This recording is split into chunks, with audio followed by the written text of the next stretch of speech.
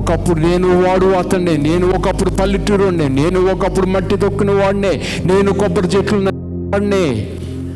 Sudden గా మార్పు వచ్చింది. యవన కాలమందు కాడిని మోయుట నరునికి మేలు, దాన్ని మోపిన వాడు యెహోవాయే. ఆగిపోయాను. చేతిలో ఉన్న కడియాలు, చేతికి ఉన్న కత్తులు, చేతికి ఉన్న రంగురంగుల వస్త్రాలు, అక్క చీరలను బట్టలుగా మార్చుకుని స్టైల్గా హెయిర్ జుట్టుతో వెళ్తున్న వాడిని నిర్బంధించబడ్డాను. కట్.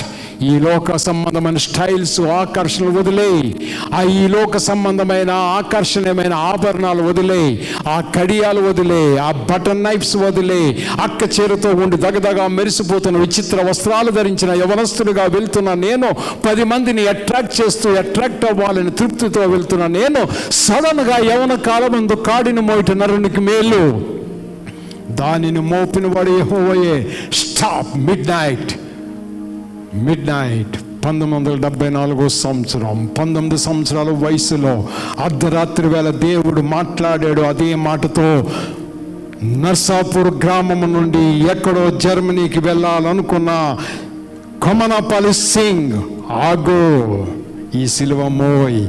వెంటనే అవన్నీ వదిలేశాను, బాప్తిస్మం తీసుకున్నాను, సిలువ మోస్తూ వస్తున్నాను, ఇప్పటికీ మీ ముందు నిలబడుచున్నాను.